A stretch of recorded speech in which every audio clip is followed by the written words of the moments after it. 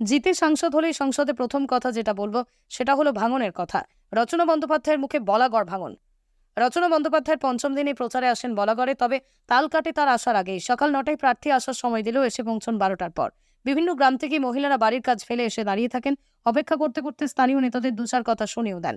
বলাগড় বিধায়ক মনোরঞ্জন ব্যাপারীকে ঘিরে ক্ষোভ দেখাতে দেখা যায় কর্মীদের। বলাগড় নেতৃত্বের একাংশকে না জানিয়ে প্রার্থী প্রচার কর্মসূচি তৈরি করা এবং হঠাৎ করেই তার পরিবর্তন করা নিয়েও ক্ষোভ দেখান কর্মীরা।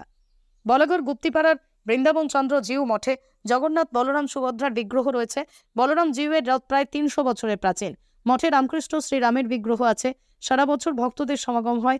রথযাত্রার দোলের সময় সবচেয়ে বেশি ভিড় হয়।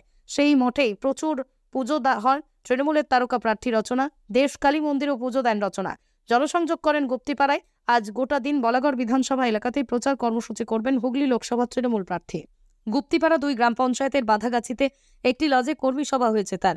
দুপুরে সোমরা এক পঞ্চায়েতের বাকিপুরে একতা ভোজে যোগ দেবেন। সেখানেই বিকেলে কর্মী সভার পর রাজ্য সরকারের বিভিন্ন প্রকল্পের উপভোক্তাদের সঙ্গে সাক্ষাৎ করবেন।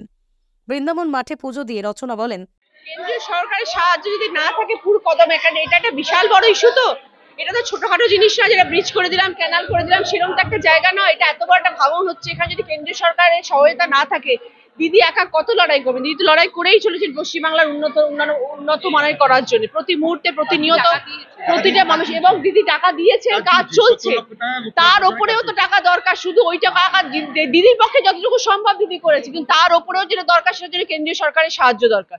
কেন্দ্রীয় সরকার যদি তাকিয়ে না দেখেন, তাহলে আমাদের কি করে সম্ভব সবকিছু করা? এখানে এখানে যে সমস্যাটা, এখানকার সাংসদ দীর্ঘদিনে ৫ বছরের সাংসদ ছিলেন, মানে তাকে এত ৫ বছর দেখা যেত না, এখন প্রচারের সময় প্রচুর দেখা যাচ্ছে। হ্যাঁ, কারণ আমি আসছি ওই জন্য উনিও আসছেন। এটা কি প্রতিযোগিতা হচ্ছে না? না, বলতে পারবো না উনি কার কথায় আসছেন আমি জানি না। কিন্তু এই যে ভাঙনের জন্য আপনি যদি সাংসদ হন পরবর্তীকালে ভবিষ্যতে, তাহলে কি আমি যদি সাংসদ হই, তাহলে পার্লামেন্টে প্রথম কথা, যদি আমাকে হুগলিবাসী ভালোবেসে সাংসদ করেন, তাহলে প্রথম কথাই হচ্ছে পার্লামেন্টে গিয়ে যেটা বলবো সেটা হচ্ছে ভাঙনের কথা, যাতে এটা সাহায্য পাওয়া যায়।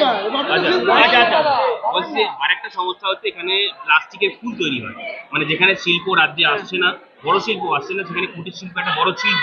এখানকার প্লাস্টিকের ফুল শিল্প এখান থেকে বিদেশেও যায় এই ফুলগুলো। খুব ভালো। হ্যাঁ, এত ভালো, মানে এত ঘরে ঘরে খুবই ভালো জিনিস।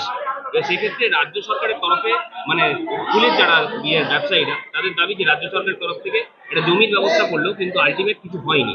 না, কিছু নেই, হয়নি, এটা হতে পারে না, হবে ধীরে ধীরে সবকিছুই হবে, কেন হবে না? যদি ফুল আর দিদি যেখানে রয়েছেন, দিদি সবসময় রাজ্যের যারা মহিলারা কাজ করছেন, যারা দিদি এতটাই উন্নয়নে বিশ্বাসী এবং প্রতিটি মানুষের জন্য ভাবেন, সেখানে যদি আজকে ফুল শিল্প নিয়ে কেউ এগিয়ে যেতে চাইছে এবং সেটা যদি ভারত বিশ্ববিখ্যাত হচ্ছে, তাহলে দিদি তার পাশে থাকবেন, এটা হতে পারে না? নিশ্চয়ই উনি আছেন এবং ধীরে ধীরে তারাও এগোবেন এবং তাদের জন্যও নিশ্চয়ই ঘর করা হবে। যেখানে স্বাস্থ্যকেন্দ্র রয়েছে, সেই স্বাস্থ্যকেন্দ্রে এইখানকার এলাকার মানুষের দাবি ডাক্তার পাওয়া যায় না। ডাক্তার পাওয়া যায় না, একটা অভিযোগ এখানকার মানুষের সবসময় জন্য থাকে। না না, সেটা নিশ্চয়ই দেখা হবে। সেটা সেই জন্যই তো আসা দরকার, সেই জন্যই তো ৫ বছর কিছু হয়নি। আজকে রচনা ব্যানার্জি আসার পরে সেই ডাক্তার এসে বসবেন ওখানে, সেই ব্যবস্থা করা হবে। ১৭ কোটি টাকা কাজের খতিয়ান দিয়েছে। মানুষ উত্তর দেবে তার, আমি উত্তর দেবো কেন? মানুষ উত্তর দেবে যে উনি সত্যি দিয়েছেন কিনা, আর মানুষ বলবেন যে উনি কি কি কাজ করেছেন। তিনি জানিয়েছেন যে এই মুহূর্তে রচনা এখানে নতুন, পরে সে আফসোস করবে কেন তৃণমূল পার্টি জয়েন করলেন। এসেছি নতুন, দেখা যাক না আমার কথা সত্যি হয় কি তার কথা সত্যি হয়। আমার বিশ্বাস দিদির ওপরে সত্যি না যে তার কথা সত্যি, দেখা যাক। উনি বলছেন যে সবটাই অন্ধকারে ছিল, আমি ৫ বছর আসার পর লাইট হয়েছে, তারপর আলো দিয়েছে।